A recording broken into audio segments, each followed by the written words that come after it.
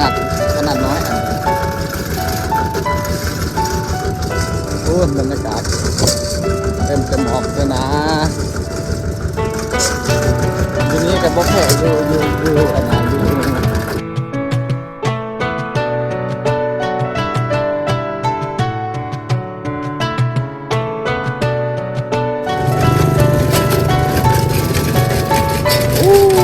เครื่องเสกมานบรรยากาศยามเช้าส้มวิว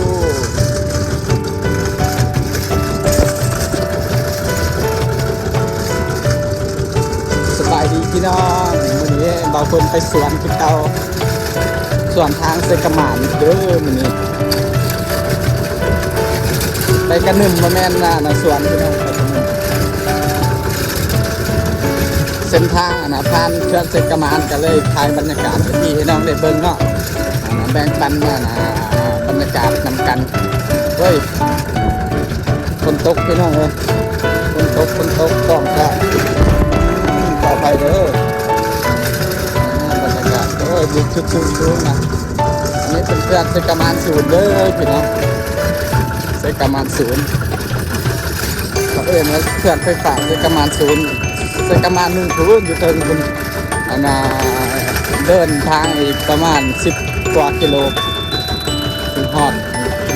มาแต่บ้านเราคุณก็20 กิโล27 กิโลนะ27 กิโลถึงฮอด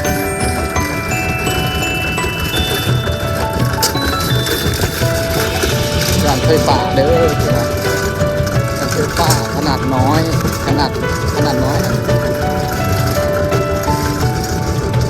พูดบรรยากาศเป็นออกเลยนะทีนี้กับพวกแขกอยู่อะไรอยู่ผู้แดงเลย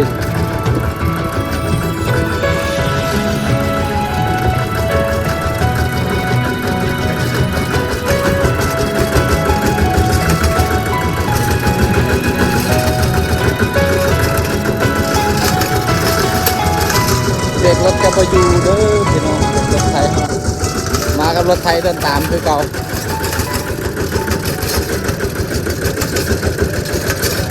ฝนตกอีกแล้วนะบ่ทันหอด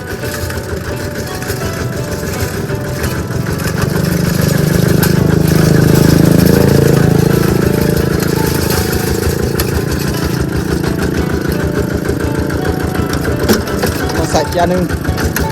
2มันขึ้นบ่ได้มันค่อยหลาย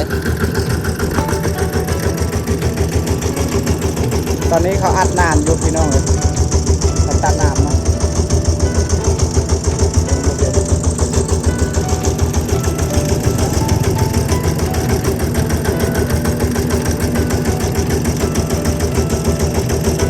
ไปฝาก5 สาย6 สายอยู่เด้อ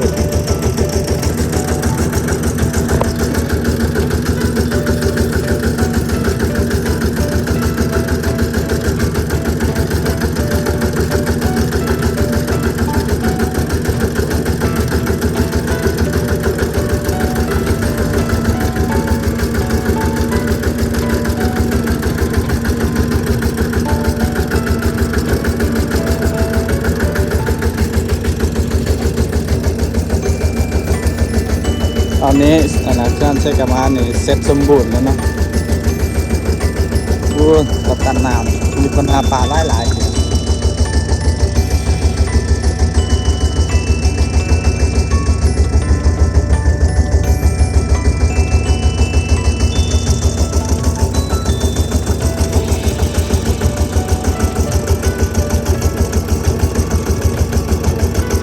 ฝนตกได้พี่น้องครับ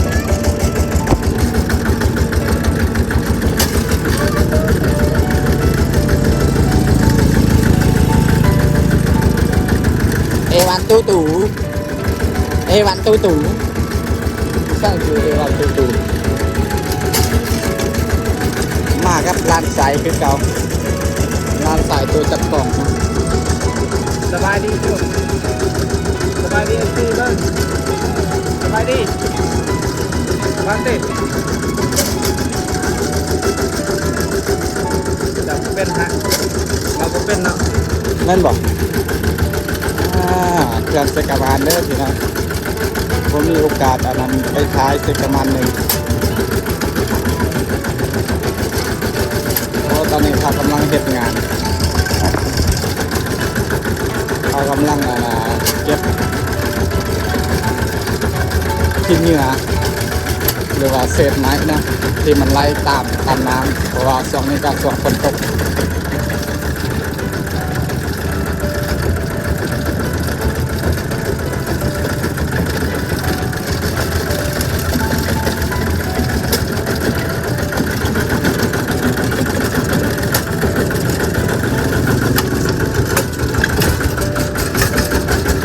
ชิวๆบรรยากาศ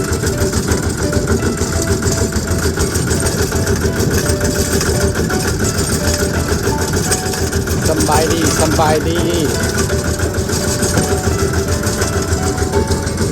เดี๋ยวขอบคุณ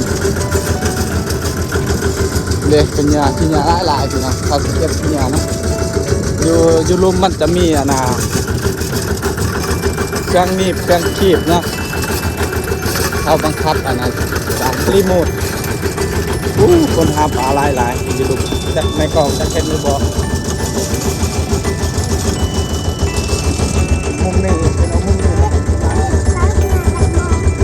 ด้านล่างจะต้อง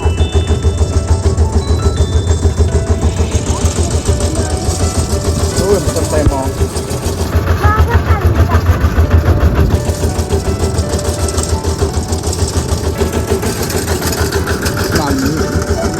เติบพี่น้องในเติบนะน้ำนี่น้ำมันขุ่นน้ำแล้วมุดปลาได้ลายอยู่มุดปลายังได้กับน้อง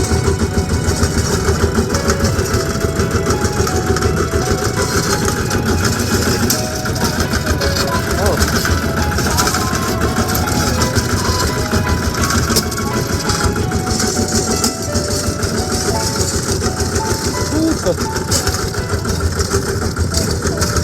3-4 ปีเท่านึงเขาไม่เขื่อนเนาะเขาจะปล่อยน้ำน้ำมันจะน้อยคือตอนเขายังบ่ทันเฮ็ดเขื่อนเลยมันน้อยกว่าตอนเขายังบ่ทันเฮ็ดเขื่อนเลยเด้อคือปีใกล้เนาะปีใกล้เลยปีคืนบ่คุณจำบ่ได้เลย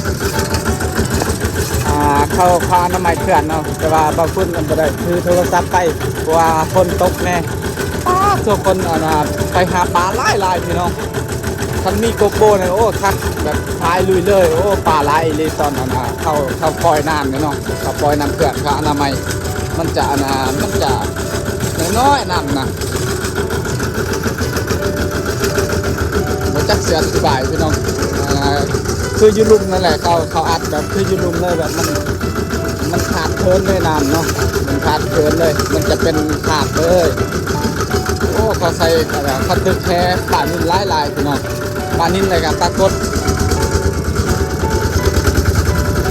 ต่อไปพี่น้องวันนี้ไปเรื่อยใหม่เนาะไปเรื่อยใหม่ใหม่ได้เลยวันนี้ไปเรื่อยใหม่สิเฮ็ดเรือนอยู่ทงหน้าเนาะเพราะว่าผมมีเรือนอยู่ตรงหน้าผมมีบ่อนพักเรือนหรือว่ากระท่อมเนาะพี่น้องโอเคเนาะสำหรับคลิปนี้ก็สิประมาณนี้พี่น้องเลยเดี๋ยวบอกคุณพ่อจบคลิปเพียงคำนี้กันเด้อพี่น้อง